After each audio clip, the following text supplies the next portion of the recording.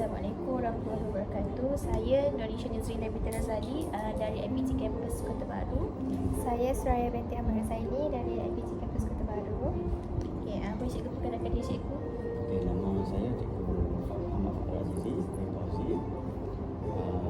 Jadi terus pada soalan. Okey. Jadi soalan yang pertama. Okey. Bagaimanakah proses kemasukan murid MBK ke kelas arus perdana? Soalan ini sebenarnya kalau sebetulnya soalan yang ini lebih kepada kelas PPKI.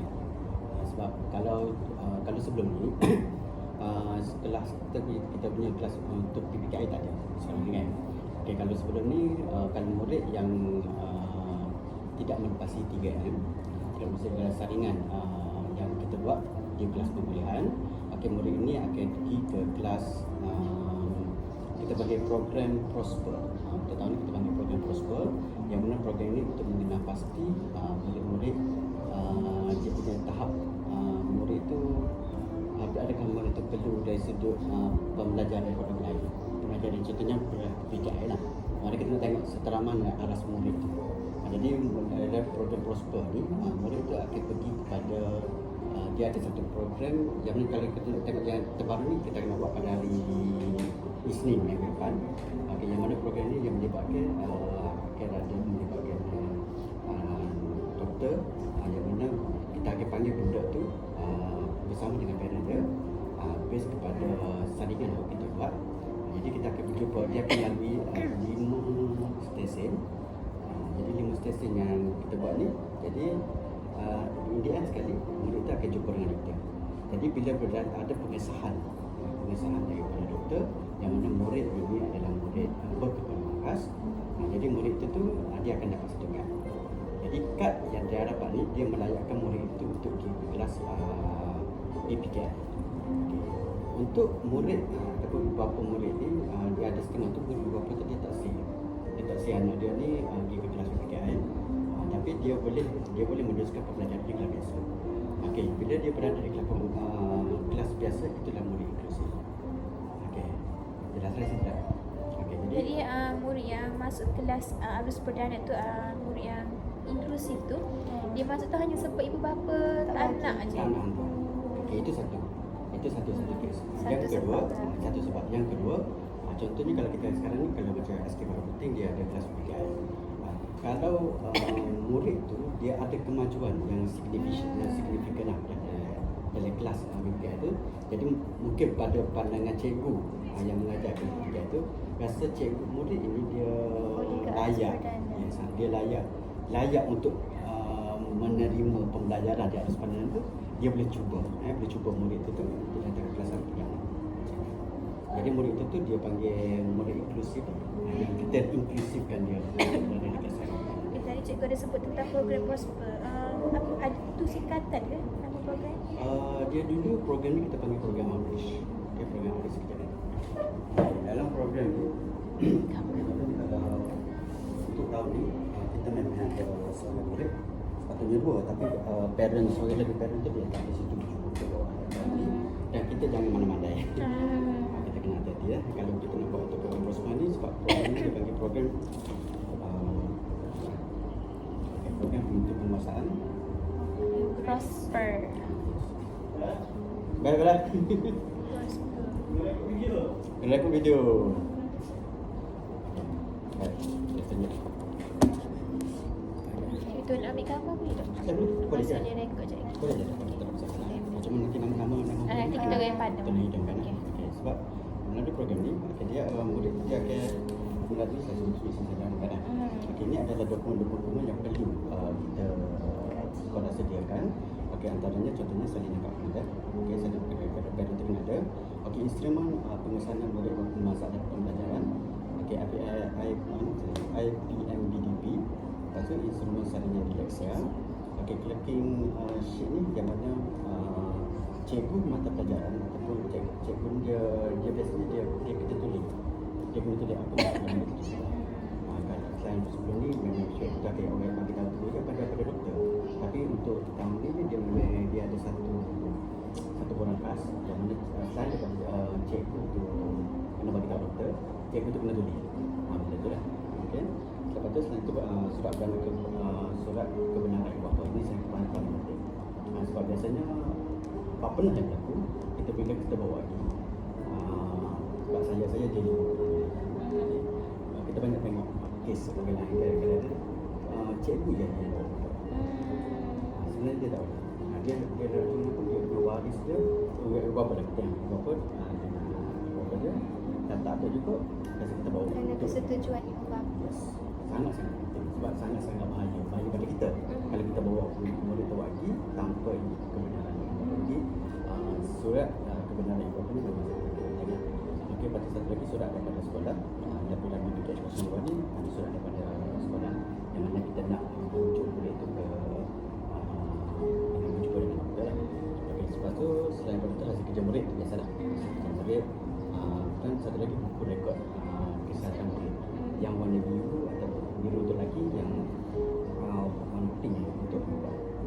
Biasanya buku ada tu ada satu kes kenapa buku ni sangat penting sebab ada satu kes dia saya pernah bawa seorang murid jadi belum murid ni saya kata kenapa tak kita panggil saya katanya biasanya dia panggil tanya macam mana kerja murid tu betul tak tanya Sebab tak ada tu. bukan sebab ni semua maklumat pasal murid tu dia ada Dah ada.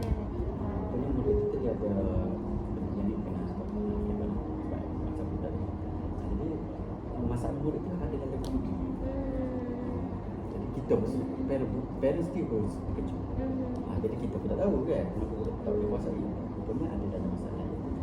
Okey, lepas tu satu lagi iaitu rekod kehadiran murid ke sekolah. Sebab rekod kehadiran murid ni kita tak akan bawa murid tu ke program Prosper sekiranya murid tu ada masalah kehadiran.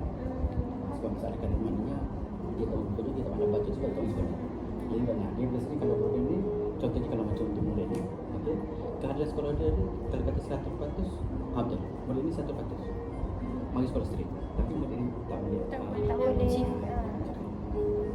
jadi bila kita pergi sana kita akan beberapa saringan 1, 2, 3, 4, 5 ada 5 saringan. Saringan yang pertama saringan kebenaran dia cek sama ada saringan itu okey tak okey. Yang kedua saringan ketuturan sama ada dia kecek tu ada setengah budak tu dia boleh kecek tapi dari segi kebolehan dia untuk kecek tu lambat daripada nak compare saya dia lah kan.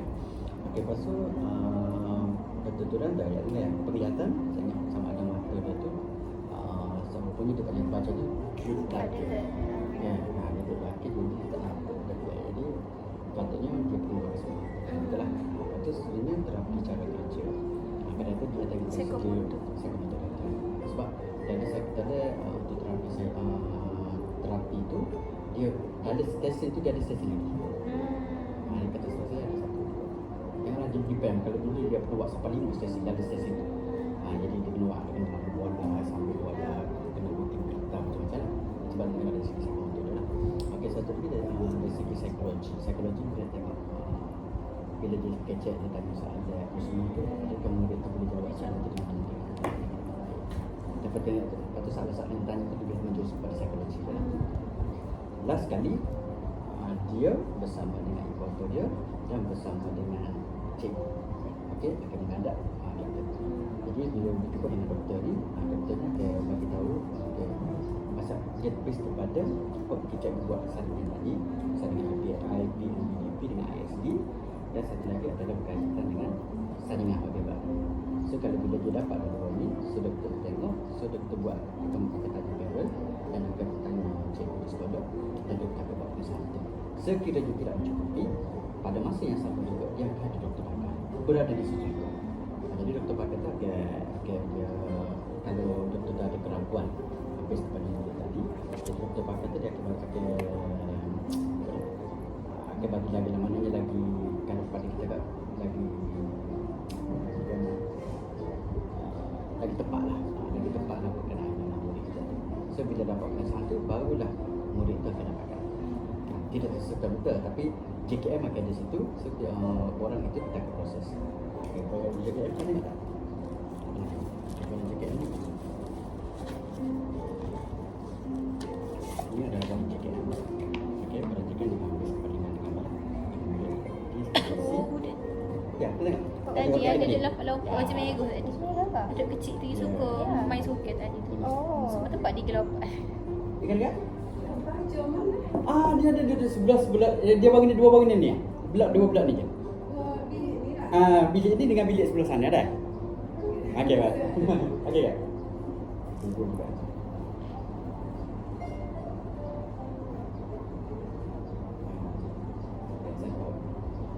Betul lah.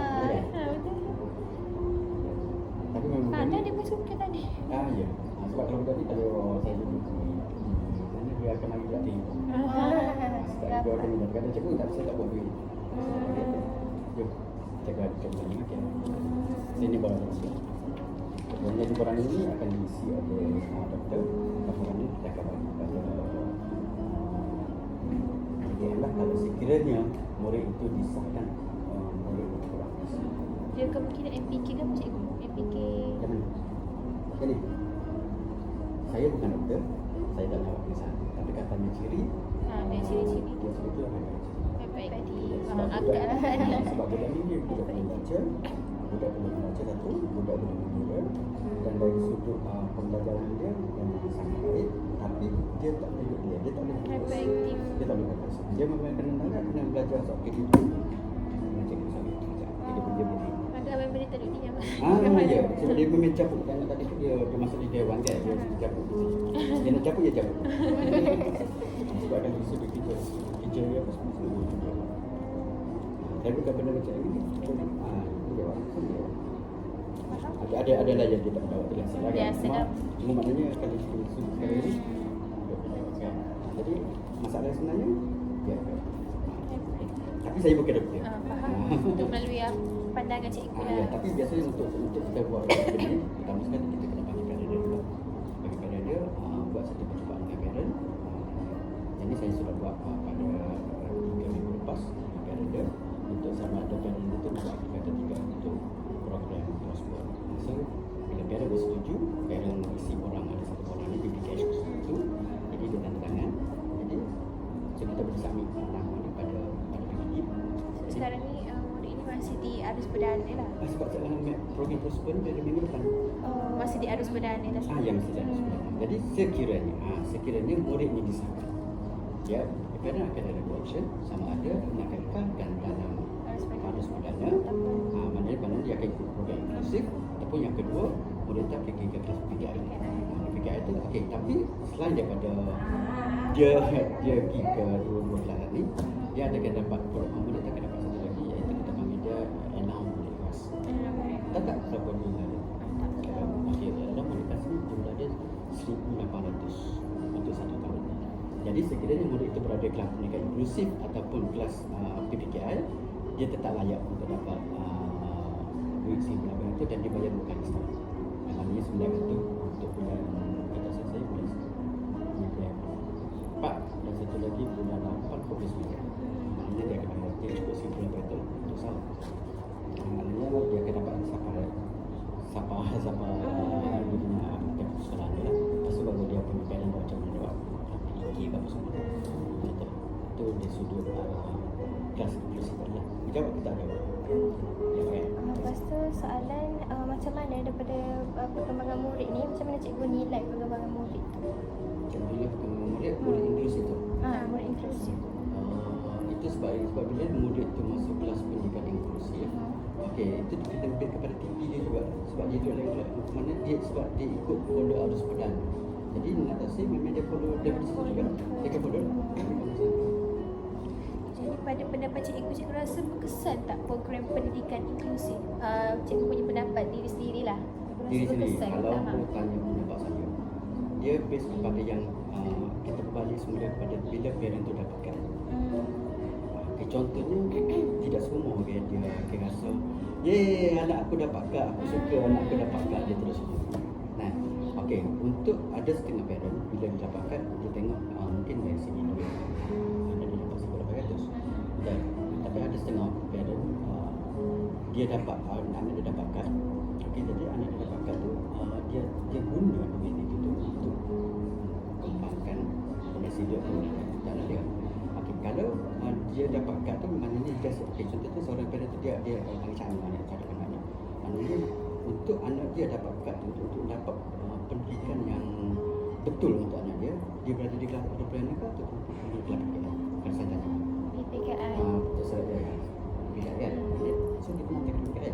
Dan bila dari PPKI, bila dia menunjukkan satu kemajuan, cikgu PPKI itu tengok menunjukkan satu kemajuan di dalam situ. Dia rasa kalau dia duduk di sana tu dia tidak mampu. Pembelajaran di situ tu dia panggil tak ada apa dah untuk dia. Okay, contohnya maknanya dia perlu pembelajaran yang lebih lagi. Jadi cikgu PPKI itu hantar dia ke kelas arus perdana. Bagi saya itu satu benda yang perkembangan yang bagus. Berjaya kelas inklusi tu. Tapi kalau kata contoh parent tu, dia tak save tagging anak aku ni sebagai anak budak kelas PPKI. Okey, dia akan staykan murid itu dari kelas biasa ikut arus. Murid itu tak boleh pergi, tahap tak boleh pergi. Tapi nak follow arus perdana yang ikut silibus ni yang sangat tinggi, agak-agak murid itu mampu tak? Tak mampu. Tak mampu. Tapi kalau kita base kepada kelas budak PPKI tadi yang menunjukkan satu kemajuan pembelajaran yang agak signifikan, kemajuan yang sangat baik dalam kelas tu, dia nak follow dari kelas untuk silibus arus perdana, agak-agak mampu tak? Mampu tak? Budak dia kelas PPKI? Mampu.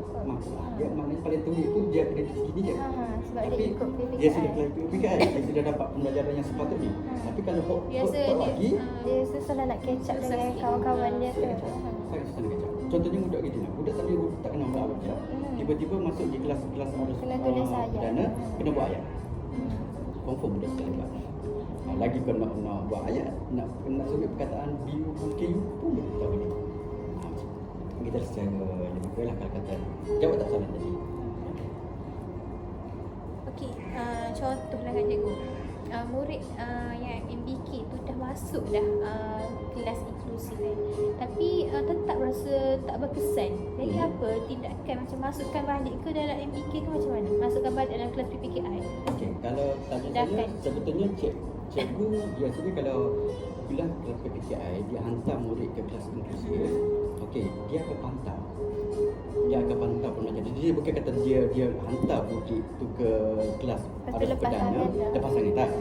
Dia biasanya dia akan hantar tapi dia akan pantau murid tu. Kalau kata murid tu tak boleh nak pergi, memang ada berlaku murid tu tak nak pergi sebab silibus arus perdana ni mungkin lain, jadi dia tak dapat nak catch up. So kemungkinan besar dia akan tarik balik.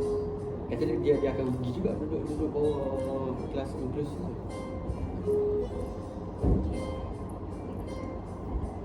Kami rasa itu sahaja soalan pada kami. Sekian, terima kasih cikgu. Okey, sama-sama. Okey dah. Cikgu tak kasi. Okey.